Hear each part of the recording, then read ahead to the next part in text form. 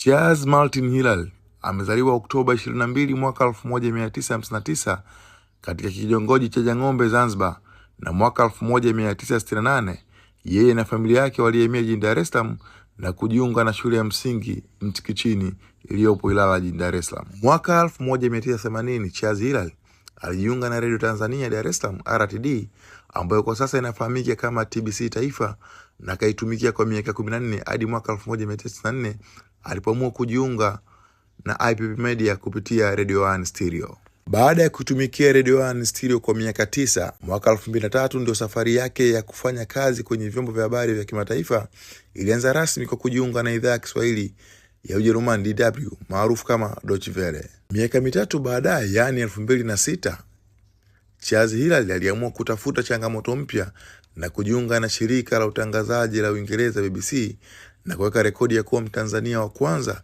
kutangaza fainali za kombe la dunia kwa lugha ya Kiswahili zilizofanyika kwa mara ya kwanza Afrika katika nchi ya Afrika Kusini mwaka 2010.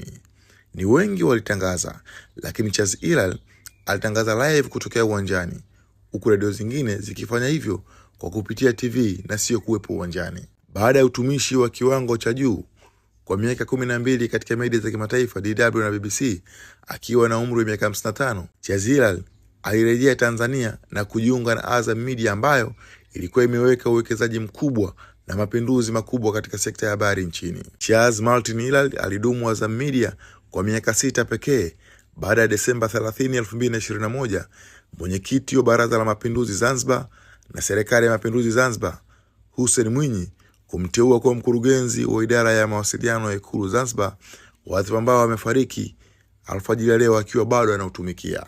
Hapa ni TV Updates, endelea kuwa karibu nasi, tutakujuza taratibu za mazishi. Mimi ni Ramadhani Juma Molondo, producer wangu ni Edwin TZA. Jamani, habari sasa. Nataka kidogo leo turekebishane lugha ya Kiswahili.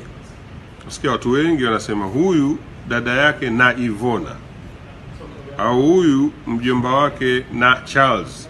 Kiswahili hatusemi hivyo. Huyu dada yake Ivona, huyu mjomba wake Charles. Una haja ya kuweka na. Tumeelewana? Huyu dada yake Ivona, sio huyu dada yake na Ivona. Ile na inafanya nini pale? Ina maana gani na? Kwa hiyo Kiswahili twende hivi.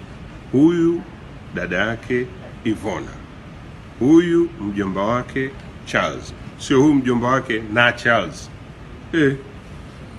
Una gari ya ofisi utaenda. Kwani kitu gani? Wewe mtu ameyuka amekuwa kama kidonge cha